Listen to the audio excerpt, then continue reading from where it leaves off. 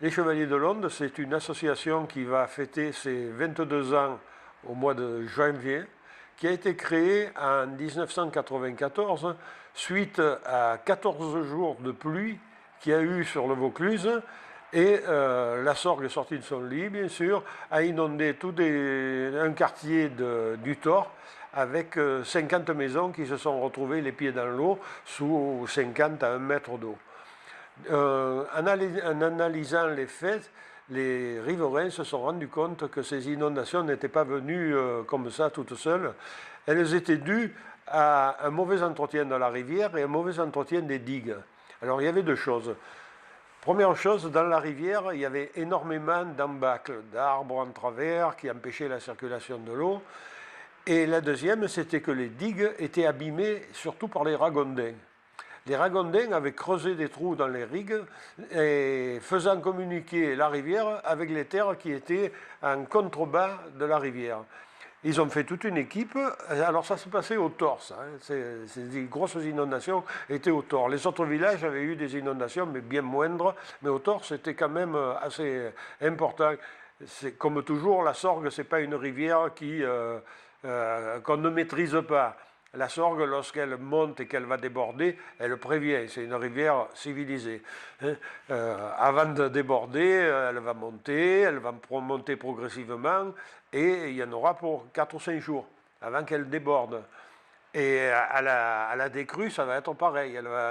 Le débit va diminuer, mais progressivement. Donc, on peut anticiper quand il y a des choses comme ça qui se produisent. Les gens pouvaient anticiper, déménager les rez-de-chaussée des maisons, afin qu'il n'y ait pas de gros risques et de gros dégâts sur les habitations. Donc, quand ils se sont aperçus de ça, les gens du Thor ont dit on va faire une association, et ça s'est appelé l'association des riverains de la Sorgue. Souvent, je compare la Sorgue et l'Ouvèze pour montrer les différences de type de cours d'eau.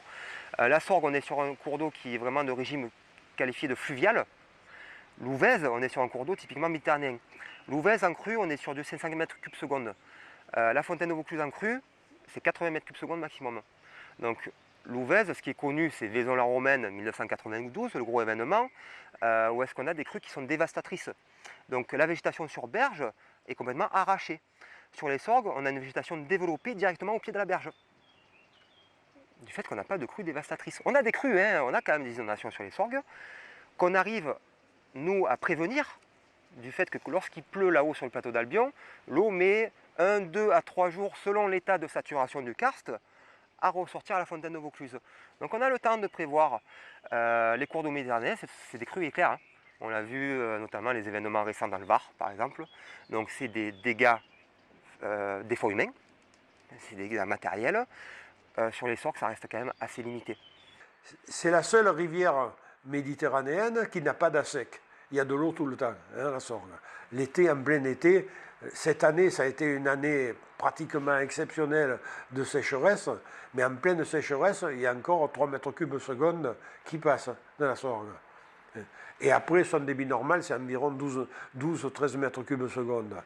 Mais on est monté jusqu'à, enfin, ce que l'on s'est mesuré, après on ne sait pas, hein, mais il y avait à peu près 120 m3/s en crue. Hein. Donc ça fait des grosses différences. Et mais à 120 m3/s, il faut se dire que ça creuse. Ça creuse les bords, ça attaque les bords. Et s'il n'y a rien pour tenir les bords, c'est grave, quoi. On nuit à la vie de la rivière. On a des zones de débordement préférentielles. Hein. On se dit à tel endroit, c'est mieux que ça déborde là. Voilà. On a des secteurs qu'on va aussi laisser un peu plus encombrés que d'autres. On a de la gestion différenciée selon les bras de Sorgue. Pour se dire, en amont d'une agglomération, c'est bien que ce bras de Sorgue soit un peu plus encombré, histoire de freiner les écoulements. Et il faut savoir aussi que la Sorgue se jette dans l'Ouvèze à Bellaride. Lorsque l'Ouvèze atteint un certain débit, la Sorgue n'arrive plus à se rejeter dans l'Ouvèze. On a un effet de rétention aval. Hein, c'est du contrôle aval. Donc la Sorgue va remonter et va se déverser dans des champs qui sont tout autour. Pas d'inondations terribles, pas de maisons, disons, inondées, parce que la Sorgue, elle est bien canalisée, hein, et puis on anticipe. Il y a des jeux, il y a encore des ouvrages qui sont en état. À Saint-Saturnin, il y a les 7 Espaciers, les vannes de la Pusque, qui sont en très bon état et qui ont été automatisés. Et dès qu'il y a la moindre alerte inondation, le syndicat qui gère tout ça, le syndicat, c'est sa première vocation, c'est de gérer les inondations. Alors le syndicat va ouvrir les vannes de manière à ce que l'eau s'écoule.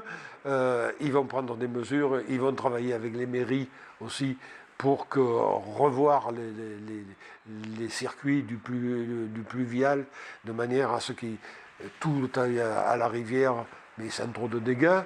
Les gens vont s'occuper de tout ça, ce qui fait que des grosses inondations comme il y avait avant, il n'y en a plus. Alors une anecdote, moi j'avais mon père qui était commerçant à Entraigues et qui vendait, chaque fois qu'il y avait des inondations, il était content parce qu'il vendait des bottes. Alors il faisait rentrer des bottes, il vendait des bottes à tout le monde et il était heureux quand il y avait les inondations. Et puis quand il y avait les inondations à Entraigues, à Alten, tout ça, qu'est-ce qu'on voyait arriver? On voyait arriver le 7e génie avec ses barques qui alimentait, qui approvisionnait les campagnes, qui portait le pain, qui faisait... il y avait toute une organisation entre Entraigues et Bédarrides, toutes les années, il y avait 50 cm d'eau sur la route. Maintenant, ça n'existe plus, ça n'arrive plus. De temps en temps, il y a 10 cm d'eau, même pas.